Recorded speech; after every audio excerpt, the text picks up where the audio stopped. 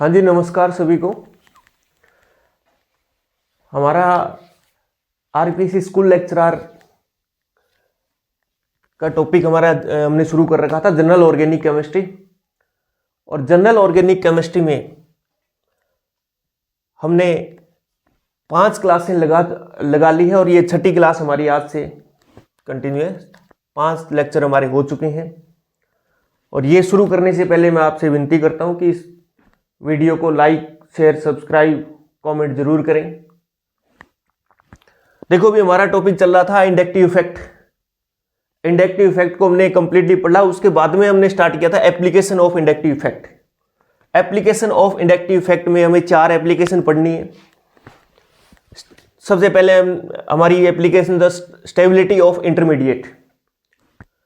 Intermediate की stability के बारे में हमें 3 प्रकार के इंटरमीडिएट को हमें यहाँ पे पढ़ना है, कार्बोकेटाइन, फ्री रेडिकल और कार्बेनाइन। उसके बाद में हमें acidic nature of hydrogen atom का पढ़ेंगे, फिर एसिडिक नेचर ऑफ कंपाउंड्स और बेसिक नेचर ऑफ कंपाउंड्स की चर्चा करेंगे। तो स्टेबिलिटी ऑफ इंटरमीडिएट ने हमने स्टार्ट कर लिया था और इसमें सबसे पहला जो इंटरमीडिएट है कार्बोकेटाइन, उसकी स्टेबिलिटी को हमने समझा। नेक्स्ट हमारा इसी में आता है फ्री रेडिकल। तो आज हमारा इंटरमीडिएट जो है वो है फ्री रेडिकल। तो हम आज पढ़ेंगे stability of free radical. Stability of free radical, तो सबसे पहले हमें पता होना चाहिए फ्री रेडिकल जो होता है उसमें एल्काइल ग्रुप के ऊपर या कार्बन के ऊपर एक इलेक्ट्रॉन फ्री इलेक्ट्रॉन रहता है और यह भी एक तरह की इलेक्ट्रॉनिकली डिफिशिएंट स्पीशीज होती है। इसमें इलेक्ट्रॉन की कमी होती है, जैसा कि कार्बोकेटाइन होता है। इसकी स्टेबिलिटी की बात करेंगे तो यहां पे 2 प्रकार की अपने ग्रुप की बात करेंगे। सबसे पहले कि अगर फ्री रेडिकल के ऊपर इलेक्ट्रॉन रिलीजिंग ग्रुप जुड़ा हुआ है तो देखो भी इलेक्ट्रॉन रिलीजिंग ग्रुप क्या करता है। इलेक्ट्रॉन रिलीजिंग ग्रुप जो है वो इलेक्ट्रॉन्स को इस फ्री रेडिकल की ओर खिसकाएगा, यानी कि ये इलेक्ट्रॉन डेंसिटी इधर खिसकेगी फ्री रेडिकल की तरफ। तो फ्री रेडिकल के ऊपर इलेक्ट्रॉन्स की तो कमी पहले ही थी और इलेक्ट्रॉन की कमी थी, तो इसका मतलब यहां पे इलेक्ट्रॉन्स की क्या हो रही है, यहां पे पूर्ति हो रही है। इलेक्ट्रॉन डेंसिटी फ्री रेडिकल के ऊपर बढ़ रही है, इसलिए इसकी स्टेबिलिटी भी क्या हो जाएगी, बढ़ जाएगी। तो फ्री रेडिकल की स्टेबिलिटी जब इलेक्ट्रॉन रिलीजिंग ग्रुप जुड़ा हो उस कंडीशन में उसकी स्टेबिलिटी बढ़ जाती है। और यहां पे हमें पता है कि कौन सा प्लस आई इफेक्ट हमें दिख रहा है, तो हम कहेंगे कि stability of free radical, stability of FR का मतलब यहां पे फ्री रेडिकल है, वो डायरेक्टली प्रोपोर्शनल किसकी होती है, प्लस आई इफेक्ट के डायरेक्टली प्रोपोर्शनल होती है। यानी कि प्लस आई इफेक्ट बढ़ेगा तो स्टेबिलिटी ऑफ फ्री रेडिकल्स भी बढ़ जाएगी। इसमें एग्जांपल की बात करें अपने, सबसे पहला एग्जांपल देखो भी CS3 free radical, CD3 free radical और CT3 फ्री रेडिकल। तो ये सारे के सारे आइसोटोप है हाइड्रोजन के, ये प्रोटियम, ये ड्यूटेरियम और ये ट्राइटियम। तो हमने जब प्लस आई इफेक्ट का ऑर्डर पढ़ा था उसमें हमने देखा था कि CS3 से CT3 की ओर जाने पर प्लस आई इफेक्ट जो होता है वो इंक्रीज होता है। और यहां पे जब हम CS3 से CT3 की तरफ जा रहे हैं तो प्लस आई इफेक्ट इंक्रीज हो रहा है और प्लस आई इफेक्ट इंक्रीज हो रहा है तो स्टेबिलिटी भी यहां पे फ्री रेडिकल की इंक्रीज हो जाती है। इसी में सेकंड एग्जांपल देखो भी, ये हमारा एग्जांपल है, हमने 4 मॉलिक्यूल लिखे, 4 कंपाउंड्स लिखे हैं। यहां पे हमें देखना है कि किसका प्लस आई इफेक्ट ज्यादा है, किसका प्लस आई इफेक्ट कम है। और ऐसे केस में जब प्लस आई इफेक्ट को निकालना हो तो उसका हमने तरीका पहले ट्रिक सीख चुके हैं। सबसे पहले हम क्या करते हैं, डिस्टेंस ऑफ ब्रांचिंग निकालते हैं। अगर इससे क्लियर हो जाए तो ठीक है, फिर हम नंबर ऑफ ब्रांचिंग पे चलेंगे। उसके बाद में भी क्लियर नहीं होता तो फिर हम 3 नंबर पॉइंट पे चलेंगे, नंबर ऑफ कार्बन एटम। और माइनस आई इफेक्ट के केस में हम देखो, माइनस आई इफेक्ट के केस में हमने क्या पढ़ा था कि distance of electron withdrawing group, जैसा कि वहां पे लिख भी रखा हमने, number of electron withdrawing group और उसमें power of electron withdrawing group, वो माइनस आई इफेक्ट के केस में उस ट्रिक को काम में लेते हैं। तो यहां पे हम सबसे पहले देखते हैं पहला एग्जांपल जो इसमें डिस्टेंस ऑफ ब्रांचिंग की बात करें तो डिस्टेंस ऑफ ब्रांचिंग का तो देखिए भी ये अपना 1 नंबर कार्बन है, ये 2 और ये 3। तो यहां पे ब्रांचिंग जो है वो 3 नंबर कार्बन पे है। यहां पे देखो भी 1, 2, 3 और 4। तो सेकंड एग्जांपल में ब्रांचिंग 4 नंबर पे है। तीसरे एग्जाम्पल में ब्रांचिंग देखो भी 1, ये 2, 3, 4 और 5, तो ब्रांचिंग जो है 5 नंबर पे है। और चौथे एग्जाम्पल में ब्रांचिंग जो है वो 3 नंबर पे है, ये 3 नंबर पे, तो ये 3 नंबर पे। और ब्रांचिंग जो डिस्टेंस ऑफ ब्रांचिंग जो है वो कम होनी चाहिए, जिसकी जितनी ज्यादा कम होगी उसका प्लस आई इफेक्ट उतना ही ज्यादा होगा। इसका मतलब यहां पे 1 नंबर और 4 नंबर का प्लस आई इफेक्ट सेम आ रहा है, तो ये इससे हमारा क्लियर नहीं हो पाएगा। फिर हम नेक्स्ट चलते हैं, नंबर ऑफ ब्रांचिंग की बात करें तो नंबर ऑफ ब्रांचिंग में देखो भी पहले एग्जांपल में ब्रांचिंग कितनी है 2, सेकंड एग्जांपल में भी 2 ब्रांचिंग है, 1 और 2, तीसरे में भी 2, लेकिन चौथे में भी 2, तो ब्रांचिंग सभी में 2-2 है, सेम है। तो मतलब इससे भी हमारा क्लियर नहीं होगा प्लस आई इफेक्ट किसका ज्यादा होगा। तो हम अब बात करते हैं नंबर ऑफ कार्बन एटम की। तो नंबर ऑफ कार्बन एटम की बात करेंगे हम सिर्फ 2 ही केस में, है ना, 2 एग्जांपल की बात करेंगे, क्योंकि ये 2 एग्जांपल तो हमारे क्लियर हो चुके हैं। इन दोनों बीच वाले दोनों एग्जांपल में देखें तो नंबर ऑफ डिस्टेंस इसकी कम है, तो इसका मतलब इसका प्लस आई इफेक्ट इससे ज्यादा है, ये हमारा क्लियर हो गया। तो नंबर ऑफ कार्बन एटम हम पहले और चौथे में देखेंगे। तो पहले में नंबर ऑफ कार्बन एटम देखें तो देखो भी 1, 2, 3, 4, 5, 6, 7 और 8। तो नंबर ऑफ कार्बन एटम्स जो है पहले एग्जांपल में 8 है, और चौथे एग्जांपल की बात करें तो 1, 2, 3, 4, 5, 6, 7, 8 और 9। तो इसमें नंबर ऑफ कार्बन एटम 9 है। तो जिसमें नंबर ऑफ कार्बन एटम्स ज्यादा होंगे उसका प्लस आई इफेक्ट ज्यादा होगा। तो यहां से हमारा क्लियर हो गया अब कि किसका प्लस आई इफेक्ट ज्यादा है, किसका कम है। सबसे ज्यादा प्लस आई इफेक्ट देखें तो 4 नंबर का, 4 नंबर का, क्योंकि डिस्टेंस ऑफ ब्रांचिंग सबसे कम तो दोनों की है, लेकिन इसमें नंबर ऑफ कार्बन एटम्स ज्यादा है, तो सबसे ज्यादा प्लस आई इफेक्ट 4 नंबर का, ये सबसे ज्यादा प्लस आई इफेक्ट। 4 नंबर के बाद में फिर 1 नंबर, इसका प्लस आई इफेक्ट आता है, इसका प्लस आई इफेक्ट ज्यादा है। अब इन दोनों की कंपैरिजन करें तो इन दोनों में 2 नंबर का ज्यादा होगा प्लस आई इफेक्ट, तो ये 2 नंबर का प्लस आई इफेक्ट, और 3 नंबर का सबसे कम प्लस आई इफेक्ट होता है। तो इस तरह से हमने प्लस आई इफेक्ट को निकाला है। अब इनका सीक्वेंस लिखें तो सबसे ज्यादा प्लस आई इफेक्ट जो है, प्लस आई इफेक्ट जो सबसे ज्यादा 4 नंबर का, उसके बाद में 1 नंबर, उसके बाद में 2 नंबर, और फिर 3 नंबर। ये इस तरह से हम प्लस आई इफेक्ट निकालते हैं। तो ये हमारा पहला पॉइंट था कि अगर फ्री रेडिकल पे इलेक्ट्रॉन रिलीजिंग ग्रुप जुड़ा हुआ है तो वो स्टेबिलिटी को बढ़ा देगा, क्योंकि उसका प्लस आई इफेक्ट होगा, और प्लस आई इफेक्ट जो है वो स्टेबिलिटी के डायरेक्टली प्रोपोर्शनल होगा। 2 एग्जांपल हमने इसमें समझे हैं। नेक्स्ट हम चलते हैं, इसमें सेकंड पॉइंट पे चलते हैं कि अगर फ्री रेडिकल के ऊपर इलेक्ट्रॉन विड्रॉइंग ग्रुप जुड़ा हुआ है। इलेक्ट्रॉन विड्रॉइंग ग्रुप क्या करता है, बॉन्ड के इलेक्ट्रॉन्स को अपनी ओर खींचता है।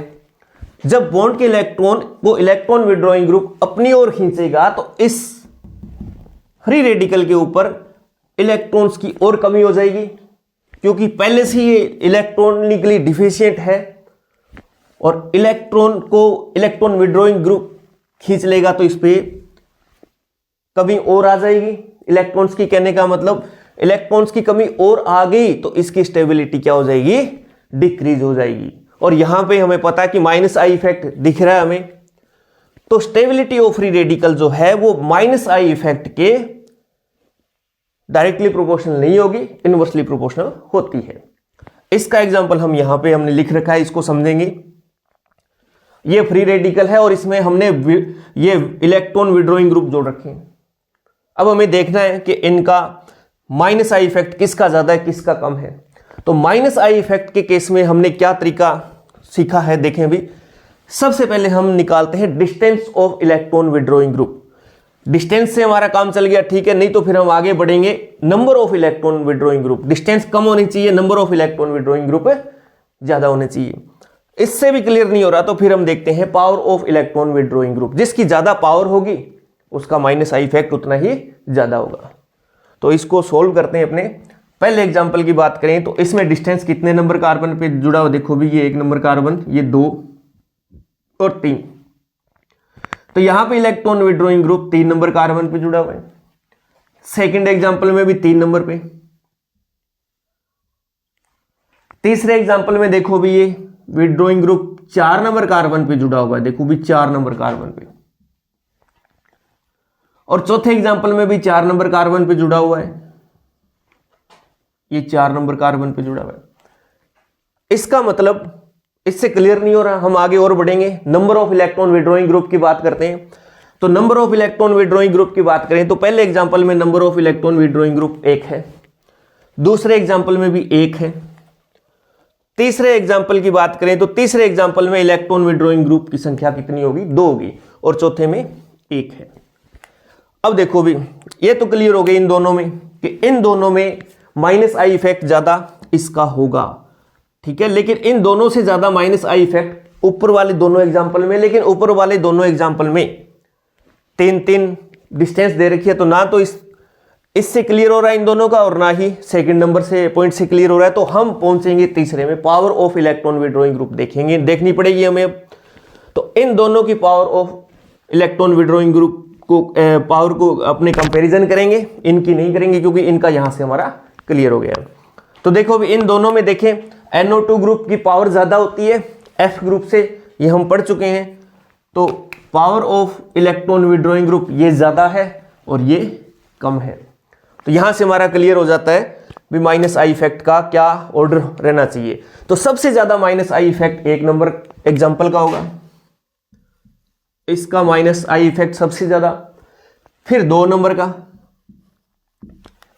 फिर हम देखते हैं इन दोनों की कंपैरिजन करें तो 3 नंबर का माइनस आई इफेक्ट ज्यादा होगा, और सबसे कम 4 नंबर का माइनस आई इफेक्ट होगा। तो माइनस आई इफेक्ट देखें तो क्या इनका सीक्वेंस रहेगा, तो सबसे ज्यादा माइनस आई इफेक्ट देखें भी, माइनस आई इफेक्ट सबसे ज्यादा 1 नंबर एग्जांपल का, फिर 2 नंबर एग्जांपल का, फिर 3 का, और फिर 4 का। और हमें इनकी स्टेबिलिटी पूछ ले, इनकी स्टेबिलिटी का क्या ऑर्डर है। तो स्टेबिलिटी की बात आती है तो स्टेबिलिटी माइनस आई इफेक्ट के उल्टा होती है, ऑपोजिट होगी। तो देखो सबसे ज्यादा स्टेबिलिटी 4 नंबर की, फिर 3 नंबर, फिर 2 नंबर, और फिर 1 नंबर। ये स्टेबिलिटी का ऑर्डर है, और वो ऊपर वाला माइनस आई इफेक्ट का। इसी प्रकार देखो भी ये इस एग्जांपल में अगर स्टेबिलिटी की बात करें तो स्टेबिलिटी हम जानते हैं कि प्लस आई इफेक्ट के डायरेक्टली प्रोपोर्शनल है, तो यही ऑर्डर रहेगा, सबसे ज्यादा 4, फिर 1, फिर 2, और फिर 3। तो ये स्टेबिलिटी का ऑर्डर रहेगा। तो इस प्रकार कंप्लीटली हमने फ्री रेडिकल को आज समझ लिया, फ्री रेडिकल इंटरमीडिएट की स्टेबिलिटी को। अब हम बात करते हैं कार्बेनाइन। तो कार्बेनाइन की स्टेबिलिटी की बात अब करेंगे यहां पर।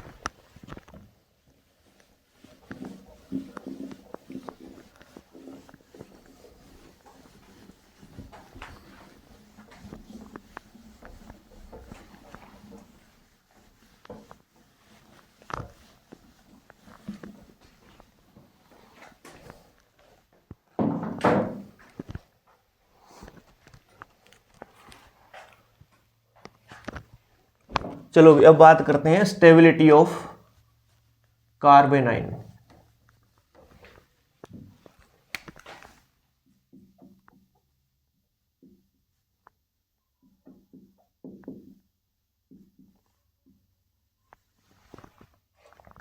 देखो भी कार्बेनाइन जो होता है वो इलेक्ट्रॉनिकली रिच स्पीशीज होती है। ये जो कार्बेनाइन है जिसमें क्या होता है कि कार्बन के ऊपर 2 इलेक्ट्रॉन और नेगेटिव चार्ज होता है, तो ये इलेक्ट्रॉनिकली रिच स्पीशीज होती है, हमें पता होना चाहिए।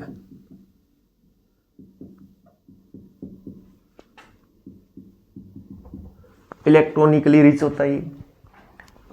इसमें हमें सबसे पहले इसकी स्टेबिलिटी की बात करते हैं, तो सबसे पहले हम इसमें बात करते हैं इलेक्ट्रोनेगेटिविटी की। इलेक्ट्रोनेगेटिविटी, देखो भाई इलेक्ट्रोनेगेटिविटी की चर्चा हमने कार्बोकेटाइन के टाइम भी की थी। कार्बोकेटाइन की स्टेबिलिटी जब हमने पढ़ी थी वहां पर भी इलेक्ट्रोनेगेटिविटी की बात हुई थी, EN इलेक्ट्रोनेगेटिविटी। इलेक्ट्रोनेगेटिविटी अगर बढ़ती है, ज्यादा होती है, हम जानते हैं कि इलेक्ट्रोनेगेटिविटी का मतलब होता है इलेक्ट्रॉन को अपनी ओर अट्रैक्ट करने की पावर। और कोई भी स्पीसीज इलेक्ट्रॉन को अपनी ओर अट्रैक्ट करती है तो उसके ऊपर मतलब पॉजिटिव चार्ज है, पॉजिटिव चार्ज है, उसके पास इलेक्ट्रॉन्स की कमी है, तभी वो इलेक्ट्रॉन्स को अपनी ओर अट्रैक्ट करती है। तो इलेक्ट्रोनेगेटिविटी बढ़ने का मतलब किसी भी स्पीसीज के ऊपर पॉजिटिव चार्ज बढ़ना, और पॉजिटिव चार्ज बढ़ेगा तो देखो भी कार्बेनाइन जो होता है उसके ऊपर नेगेटिव चार्ज होता है, और जब इसकी इलेक्ट्रोनेगेटिविटी बढ़ती है तो इसका मतलब इसके ऊपर पॉजिटिव चार्ज बढ़ता है, और पॉजिटिव चार्ज का बढ़ने का मतलब यहां यह हुआ कि कार्बेनाइन के ऊपर नेगेटिव चार्ज में कमी आ जाएगी, और नेगेटिव चार्ज में कमी आ जाएगी तो उसकी स्टेबिलिटी इंक्रीज हो जाएगी। क्योंकि स्टेबिलिटी का मतलब ही क्या होता है, चार्ज का कम होना। चार्ज ज्यादा रहेगा तो वो अनस्टेबल ज्यादा हो जाएगी स्पीसीज। तो इसका मतलब क्या हुआ, जब भी कभी कोई स्पीसीज की इलेक्ट्रोनेगेटिविटी बढ़ती है तो वहां पे कार्बेनाइन जो होता है उसकी स्टेबिलिटी इंक्रीज हो जाती है, बढ़ जाती है। तो इलेक्ट्रोनेगेटिविटी इंक्रीज तो स्टेबिलिटी जो है वो भी क्या हो जाएगी, कार्बेनाइन की इंक्रीज हो जाएगी। ये हमें पता होना चाहिए। इसको एग्जांपल से समझते हैं। एग्जांपल जैसे ये एग्जांपल लिया हमने,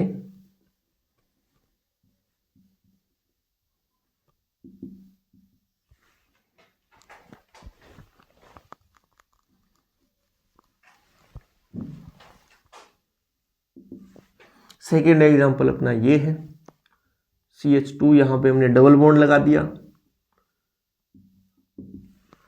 तीसरा एग्जांपल हमने ट्रिपल बॉन्ड लगा के लिखा।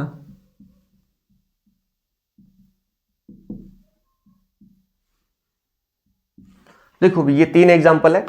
इन एग्जांपल में हमें क्या पता चल रहा है कि जब हम लेफ्ट से राइट चल रहे हैं तो लेफ्ट से राइट की तरफ जाने पर परसेंटेज एस करेक्टर बढ़ रहे हैं, क्योंकि यहां पे इस कार्बन में sp3 हाइब्रिडाइजेशन है, यहां पे sp2 हाइब्रिडाइजेशन है, और यहां पे sp हाइब्रिडाइजेशन है कार्बन का। और लेफ्ट से राइट जब चल रहे हैं यहां पे परसेंटेज एस करेक्टर इंक्रीज हो रहे हैं, तो यहां पे लिखेंगे परसेंटेज एस करेक्टर इंक्रीज। और हमें पता है कि परसेंटेज एस करेक्टर जब इंक्रीज होते हैं तो ये बात पढ़ चुके हैं कि इलेक्ट्रोनेगेटिविटी भी इंक्रीज हो जाएगी, और जब इलेक्ट्रोनेगेटिविटी इंक्रीज हो रही है तो स्टेबिलिटी ऑफ कार्बोकेटाइन जो होता है वो भी क्या हो जाती है, इंक्रीज हो जाती है। तो यहां पे स्टेबिलिटी भी क्या हो जाएगी, इंक्रीज हो जाएगी। इसी में हम सेकेंड एग्जांपल और देखें। देखो भी रिंग की बात करें तो ये हमने 5 मेंबर रिंग बनाई, 5 सदस्य वाले। ये हमने 4 मेंबर रिंग बनाई, ये हमारा कार्बेनाइन है, कार्बेनाइन। और एक कार्बेनाइन हमने 3 मेंबर रिंग बनाया। यहां पे हम बात करें लेफ्ट से राइट चलें तो ये बात हम बहुत अच्छे से पढ़ चुके हैं कि साइज ऑफ रिंग बढ़ने पर इलेक्ट्रोनेगेटिविटी डिक्रीज हो जाती है। लेकिन तो इसका मतलब यहां पे क्या हुआ कि ये बड़ा साइज है रिंग का, इधर जाएंगे छोटा साइज, तो इलेक्ट्रोनेगेटिविटी हमारी इंक्रीज होगी। ठीक है, तो राइट लेफ्ट से राइट चलने पर साइज जो हमारा वो क्या होता जा रहा है, रिंग का डिक्रीज होता जा रहा है। और साइज जब डिक्रीज हो रहा है तो इलेक्ट्रोनेगेटिविटी हमारी इंक्रीज हो जाती है, और जब इलेक्ट्रोनेगेटिविटी इंक्रीज हो रही है तो स्टेबिलिटी ऑफ कार्बोनाइन जो है वो डिक्रीज हो जाएगा, सॉरी बढ़ जाएगा। स्टेबिलिटी ऑफ कार्बोनाइन इंक्रीज हो जाती है। तो इस तरह से हमें पता होना चाहिए कि इलेक्ट्रोनेगेटिविटी जो है वो स्टेबिलिटी ऑफ कार्बोनाइन को कैसे प्रभावित करती है। अब हम सेकंड पॉइंट की बात करेंगे। सेकंड पॉइंट हम बात करेंगे, देखते हैं।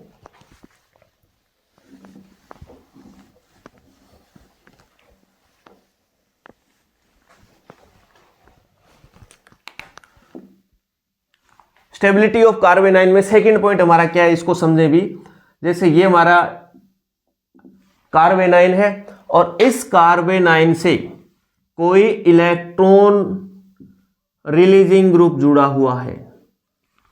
ये हम जानते हैं कि इलेक्ट्रॉन रिलीजिंग ग्रुप क्या करता है, इलेक्ट्रॉन को इधर खिसकाएगा, बॉन्ड के इलेक्ट्रॉन को इस कार्बेनाइन की ओर खिसकाएगा।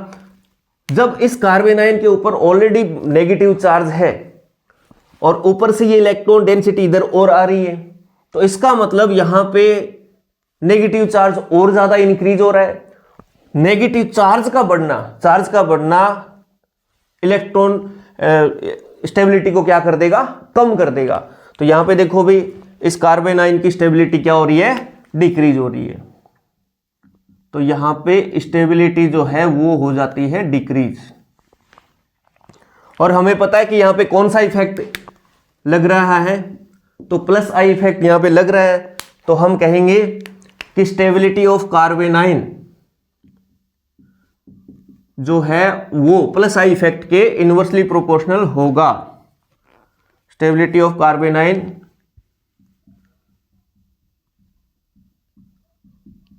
Inversely proportional plus I effect.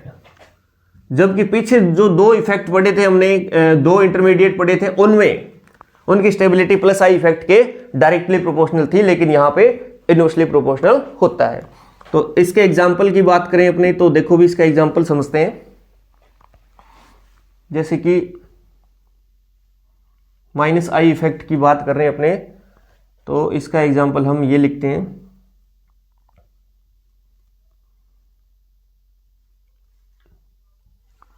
Sorry plus I effect, ये एग्जाम्पल लिखा हमने।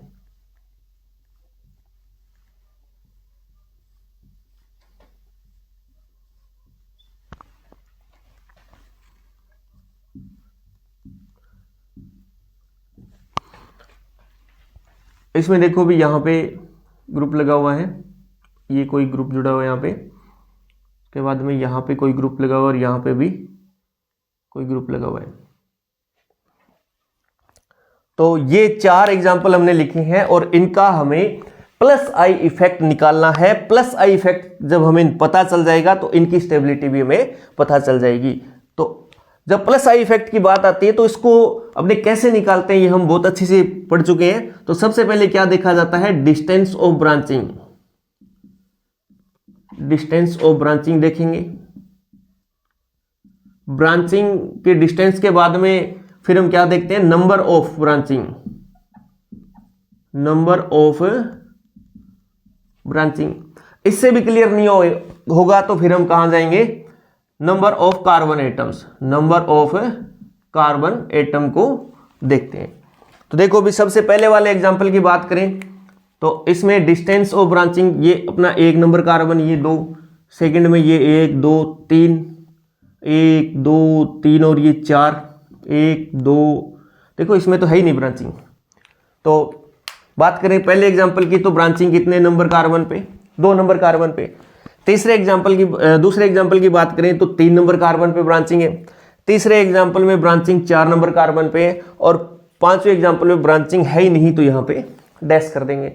इसका मतलब सबसे कम प्लस आई इफेक्ट जो है अपना 4 नंबर का है, इसमें कोई ब्रांचिंग नहीं है। अब मेरे ख्याल से नंबर ऑफ ब्रांचिंग पे जाने की हमें आवश्यकता ही नहीं पड़ेगी। क्यों नहीं पड़ेगी, क्योंकि यहाँ पे हमारा यही सॉल्व हो रहा है पूरा, है ना।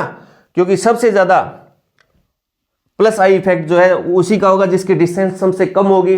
तो सबसे कम डिस्टेंस जो है इसकी है, तो यहाँ पे प्लस आई इफेक्ट इसका सबसे ज्यादा है।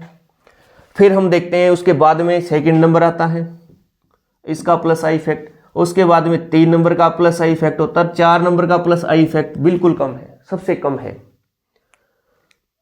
तो इनका प्लस आई इफेक्ट का सीक्वेंस क्या है, तो प्लस आई इफेक्ट सबसे ज्यादा 1 नंबर का, फिर 2, उसके बाद में 3 और फिर 4। फिर बात करते हैं इनकी स्टेबिलिटी।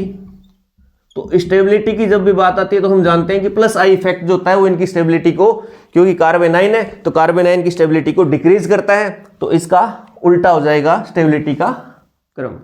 तो सबसे ज्यादा स्टेबिलिटी 4 की, फिर 3, फिर 2 और फिर 1। तो इस तरह से हम जब कोई इलेक्ट्रॉन रिलीजिंग ग्रुप जुड़ा हुआ है तो हम उसकी स्टेबिलिटी कैसे निकालते हैं। तो सबसे पहले इसका प्लस आई इफेक्ट निकालेंगे और जिसका प्लस आई इफेक्ट सबसे ज्यादा होगा उसकी स्टेबिलिटी सबसे कम हो जाएगी। तो इस तरह से हम कार्बेनाइन पे जब इलेक्ट्रॉन रिलीजिंग ग्रुप जुड़ा हो तब। फिर बात करते हैं उसके बाद में तीसरा पॉइंट इसमें कि जब कार्बेनाइन के ऊपर इलेक्ट्रॉन विथड्रॉइंग ग्रुप जुड़ा हो उस कंडीशन में क्या हो सकता है। तो थर्ड पॉइंट अपना यहां पे क्या है कि जब कार्बेनाइन पे कोई इलेक्ट्रॉन विथड्रॉइंग ग्रुप जुड़ा हो, इलेक्ट्रॉन विथड्रॉइंग ग्रुप यानी कि इलेक्ट्रॉन्स को अपनी ओर खींचने वाला ग्रुप जुड़ा हो, तो इस कंडीशन में क्या होगा। देखो भी ये इलेक्ट्रॉन विथड्रॉइंग ग्रुप है, ये इलेक्ट्रॉन्स को अपनी ओर खींचेगा और जब ये इलेक्ट्रॉन को अपनी ओर खींचेगा तो इस कार्बेनाइन के ऊपर इलेक्ट्रॉन्स में क्या आ जाएगी, कमी आ जाएगी, नेगेटिव चार्ज में कमी आ जाएगी, है ना। जब ये इलेक्ट्रॉन्स को अपनी ओर अट्रैक्ट कर रहा है, खींच रहा है, तो इस कार्बेनाइन पे नेगेटिव चार्ज में कमी आने की वजह से इसकी स्टेबिलिटी इंक्रीज हो जाती है ना, क्योंकि स्टेबिलिटी इंक्रीज का होने का मतलब क्या, उसके चार्ज में कमी है ना। तो यहां पे इलेक्ट्रॉन विथड्रॉइंग ग्रुप जो है वो इस कार्बेनाइन की स्टेबिलिटी को बढ़ा देता है। तो स्टेबिलिटी ऑफ कार्बेनाइन जो है वो इंक्रीज हो जाती है इस केस में जब इलेक्ट्रॉन विथड्रॉइंग ग्रुप जुड़ा हो और इसका कौन सा इफेक्ट होता है, माइनस आई इफेक्ट। तो हम लिखेंगे कि stability of कार्बेनाइन directly proportional minus I effect की। तो stability of कार्बेनाइन directly proportional minus I effect, ये माइनस आई इफेक्ट के सीधा सीधा डिपेंड करेगा। एग्जाम्पल देखो भी इसका, माइनस आई इफेक्ट का एग्जाम्पल हम ये एग्जाम्पल लिख रहे हैं।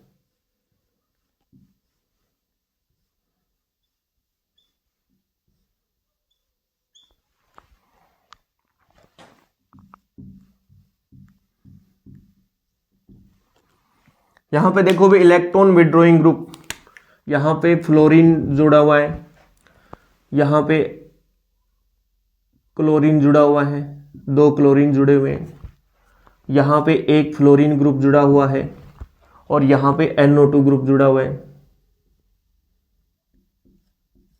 नाइट्रो ग्रुप जोड़ दिया।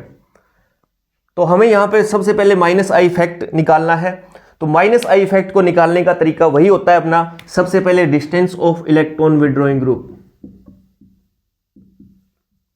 Distance of electron withdrawing group, इससे पता चले तो ठीक है। उसके बाद में हम क्या करते हैं, number of electron withdrawing group निकालते हैं, number of electron withdrawing group. उसके बाद में अगर आगे बढ़े तो फिर हम क्या करते हैं, power of electron withdrawing group को नोट करते हैं, power of electron withdrawing group. ये 3 चीजें देखेंगे। तो सबसे पहले distance of electron withdrawing group की देखें तो पहला एग्जांपल जो है वो डिस्टेंस इसकी कितनी दे रखी है, भी देखो ये हमारा 1 नंबर कार्बन है, ये 2, ये देखो ऐसे 3,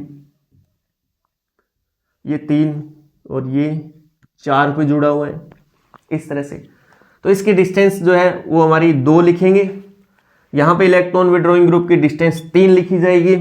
यहां पर भी electron withdrawing group 3 number carbon पे जुड़ा हुआ है और चौथे एग्जांपल में मेरा इलेक्ट्रॉन विथड्रॉइंग ग्रुप है 4 नंबर कार्बन पे जुड़ा हुआ है। तो यहां पहला पॉइंट जो हमारा, इससे हम क्लियर नहीं बता सकते क्योंकि इसमें 2 की सेम पोजीशन आ रही है। फिर हम नेक्स्ट बढ़ते हैं number of electron withdrawing group.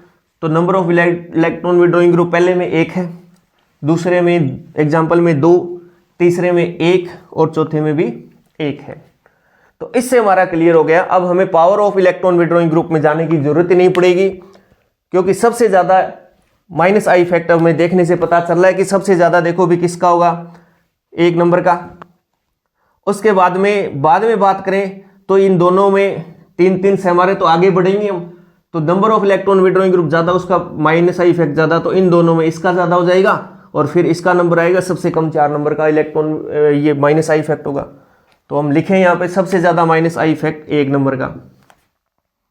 फिर हम चलें तो 2 नंबर पे ये आएगा, 3 नंबर पे ये आएगा अपना, और 4 नंबर पे इसका minus I effect.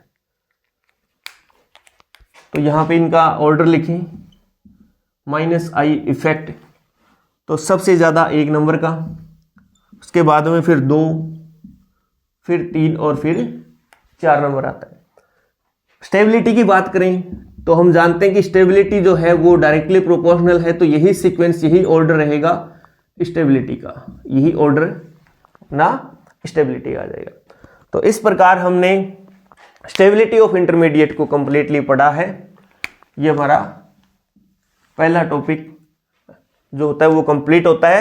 Application of inductive effect में स्टेबिलिटी ऑफ इंटरमीडिएट को हमने कंप्लीटली पढ़ लिया। नेक्स्ट क्लास में हम पढ़ेंगे acidic nature of hydrogen atom. आज के लिए धन्यवाद।